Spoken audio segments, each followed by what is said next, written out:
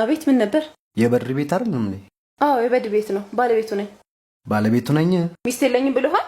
አረ እንደዛ አይደለም። ሸሚዙን ቤት ረስቶ ነበር ማለት አልገባኝም። እቤት? የምን ቤት? አሃ ገምቼ ነበር ቅምጥ እንዳስቀመጠብኝ። አደራህን ብቻ ልጅ አለው እንዳትለኝ። ማናት ቤት? ቆይ ንገረኝ። ስልክህ ላይ ፎቶ አለ? አረ ስለምንድን ነው የምታወሪው? ምንድነው ግራ ማጋባ? ቆይ ተመሰጥራችሁ ፊልም እየሰራችሁብኝ ነው አይደለ? ንገረኝ። ምን ሆነሽ ነው? ማለት ምን ሆነሽ ነው? እንዴት ነው ምን ሆነሽ ነው የምትለኝ? አንተ እህት የለህም እንዴ? አረ ምን ሆነሽ ነው? ከቡቲክ ነው ረስቶት ይዤለት የመጣሁት። የምን ቡቲክ? የቱ ጋር ነው ቡቲኩ? አሃ ቡቲክም ከፍቶላታል?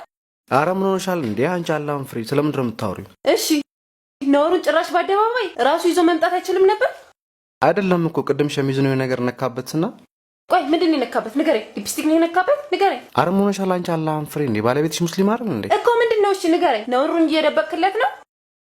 እስኪ ከቀልብሽ ሆነሽ እኔን ለማስታወስ ሞክሪ። የሆነ ቦታ አታውቂኝም? እንደውም አላስታወሽኝም እንዴ?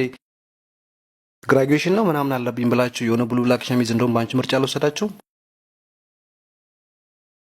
አሃ አንተ ነህ እንዴ? እንዴ ምን ሆነሽ ነው? ግራ አጋባሽኝ እኮ። በጣም ይቅርታ።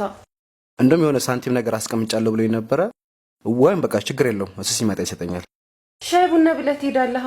አብሽር ችግር የለውም። እኔ ምን አልሽኝ? ምን ነበር ነካበት ያልከኝ? እንደው መኪና ሲያልፍ ወረጨበትና እንደዛ ነገር ጭቃ ነገር ነው።